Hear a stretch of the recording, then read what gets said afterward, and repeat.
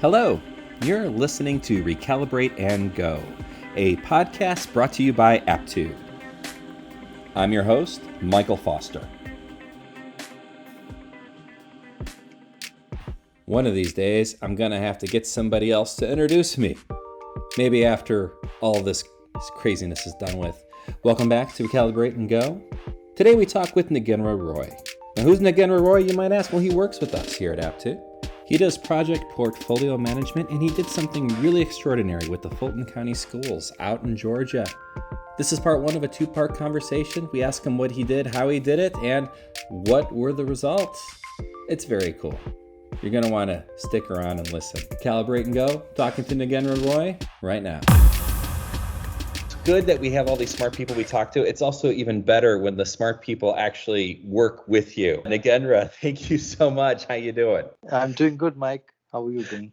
Oh, we're doing good. And in full transparency, Nagendra was going to be our first guest for Recalibrate and Go, but there were some technical difficulties. We were still trying out different software, and unfortunately, the thing just went nuts, and so we had to do it again. And thank you, Nagendra, so much for being patient and jumping in on this. What Nagendra has to talk about is very, very important, and we're going to get into that today. There was a project in Georgia about Fulton County Schools specifically. They were looking to make their system better. And so I'm going to let Nagendra run with it here a little bit. So what were they looking for? What happened there?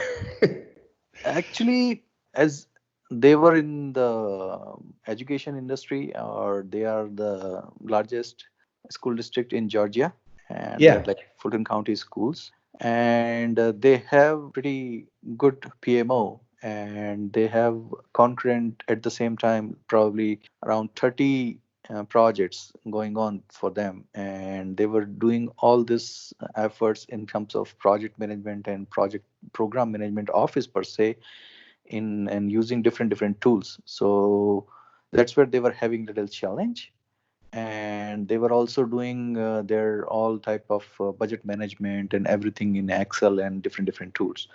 So, and fortunately they also had Office 365 environment. So Right. that was the initial context we had. So in terms of, and to Tarantino it back a little bit, this is really a PPM project. And I know how this ends. The school was really looking to be able to get better data on their students, to be able to help them if they were in trouble, to catch that earlier on. Was that the driving force behind this? Was it something to be able to get better data on the students? Were they already working on that and they just needed help getting the project together? When you started, how did they approach you? I'm really curious. So how it happened, right? There were like multiple initiatives going on for them for different reason, for different projects. We were participating and we were providing our consultancy services to them. And especially for a student, there was another project which we worked with them that was kind of a analytics and intelligence for how the students are doing and how the teachers are doing and their scores versus the homework. And there are so many aspects or dimensions to it. So that was another project, but at the same time, they have, as I said, they had like 30 concurrent projects going for different reasons in different departments. So for that reason, we had a good constructive dialogue with the PMO director there. We talked about, okay, how what we can do in manage this project so that executive team and PMO have enough visibility to take the right decisions based on the data, not just on someone's feeling or assumptions or how they express it or how they write it, the story. So we wanted to bring them on board in certain platforms so that they can see the data coming to them and they can make the decision based on the data, not and the facts, not on just the kind of feelings or emotions side of it. I gotcha. And it's funny because you mentioned that they were in the middle of like 30 different projects. So it seems like part of this was simply just wrangling in all those different projects and sort of bringing them together. Am I correct on that? Yeah, see, 30 different projects, and those 30 projects were there for different reasons and having different objectives. But when we see any of these projects, or in any organization, when we talk about it, those 30 projects are aligned to one business objectives, or they are strategically aligned to either complement each other or kind of a successor to each other, right? So they were not able to see that big picture, and each project manager probably having a different mindset of, or using different set of standards and templates, and seeing the analytics on top of it. So they had a different people, different projects, but they were marching towards one goal, and their motto is student come first, right? So in Right. order to do that, or in order to achieve that, those 30 projects, they were executing it, but they were not able to consolidating it, or they were not able to see a big picture out of it. And even one of the role they had was like, okay, just to consolidate everything for all these 30 projects by end of the month. And that was a week long effort from that one person to do that. So we saw that opportunity, and we talked with the client, and we explained them how, what we can do differently to make their life easy and less complicated. So like the different projects, these were basically maybe like budget kinds of things, or monitoring student progress, just sort of like different aspects, different Sure. things happening within the school. Sure. So, and they were not just the IT projects. There were some construction projects. New school buildings were coming. New infrastructure was setting up. Let's say example, the device refresh was happening. So here in this school system, they have like one-on-one device policy. So each and every student have their own device, like either iPad or Surface, or Dell laptops, or so and so forth, right? So they have like 30 different projects, and probably they had around 5 to 6 different categories to put those projects in different buckets, right? So for Right. those things, the different parameters, different dynamics, different sort of challenges, different sort of risks, so those things were challenging for them to manage it in different fashion. But at the same time, they want to see that those projects are going along with their strategic objectives or those pillars. Now, obviously, when you get in and you get involved in the early stages, and they talk about this with tech all the time, planning is always the big thing. And it's something that we always hear. It almost sounds cliche. In this particular case, it seems as if we cannot undervalue or underestimate just how important it must have been to get a solid plan in place, if you don't mind elaborating on that aspect. For anything, whatever we do in our life, not only just if we want to call it as a project or something like that, planning is a big component of our life, right? So Yeah. around that, if we think about the project side of it, right, everything starts like ideation first, right? When you get Right. some idea, so when you get some idea, what you do, you are trying to think, okay, whether it can be done or it cannot be done. If it can be done, how it is going to be, right? And who is going to do it, right? So Right. how much it is going to cost. So when you think about how part of it, when right away you are not doing, you are just started doing the planning side of it, right? Because that will trigger a lot of questions, and to find those answers, you start doing planning. Because when idea get validated and it gets approved, then you have to start thinking about how you are going to do it. That how is nothing but the planning side of it, right? So Right. those things are has to happen in such a organized or standardized or structured way, so that it can be carry forward to the next phase of the project. It might be design, it might be implementation, it might be deployment, it might be testing. There are so many things, or so many phases comes into picture when you do the right planning. If you don't have a right plan, you end up in producing the wrong product or faulty services. Now, this would be for all of the PPMs out there, or all the PPMs, or even just people who organize these sort of plans. In your experience, because you've been doing this for what, 2 decades now, right? I think Yes. if when we've talked, you and I have been we're old timers. I've had these discussions. We talk about the dot-com bust of 2000, and I might as well just be talking about the dinosaur era. It's such a long time.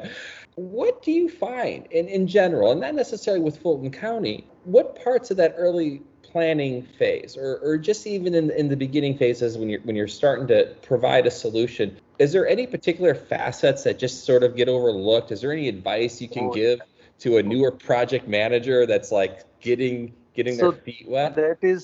that is really important, right? And Mhm. probably it's me or my type of people where they think a little strategic. Mhm. So whenever we talk to anybody, right, or any client or customer, we directly just don't tell them, okay, this is the project, you are going to do it, or we are going to execute for it. We do backstep and do the assessment for that. That faucet is very important to gauge where the current situation is and where they want to be and what is the gap in between, and how we are going to bridge that gap, whether it can be done by five different ways, but which way we are going to take it and which we are going to execute this project is very important. So for that reason, and if you consider this in the Fulton County context, like they were not like kind of immature, but they didn't have a mechanism to see a big picture of all 30 different projects and see how they are going to get benefit out of it. Probably sometime what happens is, if we don't do this due diligence, we are not able to tap on those positive risk. This positive risk means we are going to let this risk happen so that we can take benefit out of it. There are some negative risk which we want to avoid, or which we want to have some mitigation plan around it. So both ways, we want to complement having 30 projects going together, and at the same time we want to mitigate the risk while going 30 different projects by having competing priorities between them. So it goes both ways basically. Time for a break. I'm sure you feel the pressure of staffing for your IT projects with qualified software resources. It's difficult, we get it. You need teams that will sustain and allow you to ramp up and ramp down in a manner that doesn't see your critical knowledge walk out of the door when the project is complete. So, how do you sustain support as you transition from building your critical application to supporting your strategic applications? With us, Aptude. We've got 24/7 application support and we can help. Reach out to us. Visit our website at aptude.com or give us a call. We're here. We're waiting. Aptude. Now, in terms of when you are combining all of these different projects into one big project, what is the big difficulty besides the fact that I would imagine just trying to get the data aligned? I'm sure if somebody's doing something over here, they might just even have different naming conventions, just different ways of producing the data as Mhm. opposed to something happening here. Is that the case, or is there other little things that we don't take into account? Yeah, importantly, yes. So it's not a big project, and so how it works in our professional world is like, okay, group of projects will be considered as a program, and group of programs will be considered as a portfolio, right? So Right. PPM stands for project portfolio management. So right from the project or this little small project or sub projects, you will have a parent project, and then group of projects will be considered or coming under one program, and multiple programs will have a portfolio, right? So we have to put all this metadata information and categorize and standardize and structured all these projects details in such a way so that we have a proper relationship and synchronization so that we can see the big picture of it. Now, is the hardest part really just getting the planning in place, or does the execution also, like when you're actually getting your hands in and doing the programming, is there difficulties in that a lot of PPMs may not take into account, or if you're a VP, things you want to keep in mind as these projects are going along? Yeah, and I answer to that question, what is difficult and what is easy, right? Right. Nothing is easy and Well, nothing is nothing is difficult. easy. I know. I'm being misleading. I'm sorry about that. So it's not, nothing is easy and nothing is difficult too if we do Hmm. it right way. So the point here is, if you do a good job assessing yourself or assessing the projects in initial stage, you will be able to put the right planning in place. If you have a right planning which is feasible and executable, then you will be able to execute that plan, right? If you have a very difficult plan to execute or having so many challenges in that, probably you might have a great plan in place, but you will not be able to execute. Then you can say, okay, execution is really difficult. But it comes, the execution thing is nothing but the output of the planning part of it. So every part or every phase of the project is equally important, in my opinion, provided you don't underestimate those areas, you don't undermine those areas where you have to have those focus in those phases. In full disclosure, too, as we're learning our way around podcasting, we're actually trying to keep these things around 15 minutes. I think that's a good number. So can we get you back for part 2 of this conversation? Because we really want to know how all of this played out at Fulton County. So, okay, cool.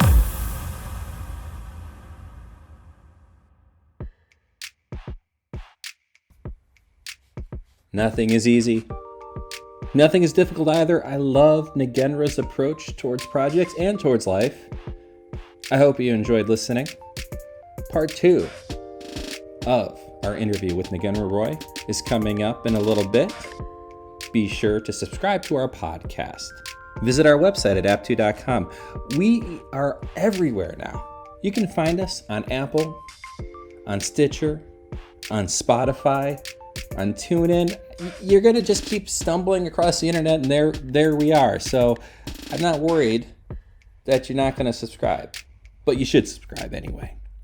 So part 2 with Nagendra, we're going to talk about what the results were with the Fulton County Schools project. We're also going to ask him, if you're a vice president or a CIO and you're looking to start a big project but you don't know where to start, what questions should you be asking yourself? Well, he has some of those answers. And that's going to be part 2. Recalibrate and Go, talking to Nagendra Roy. Thanks for listening. And one last time, be sure to subscribe. Visit us at aptude.com. Thanks.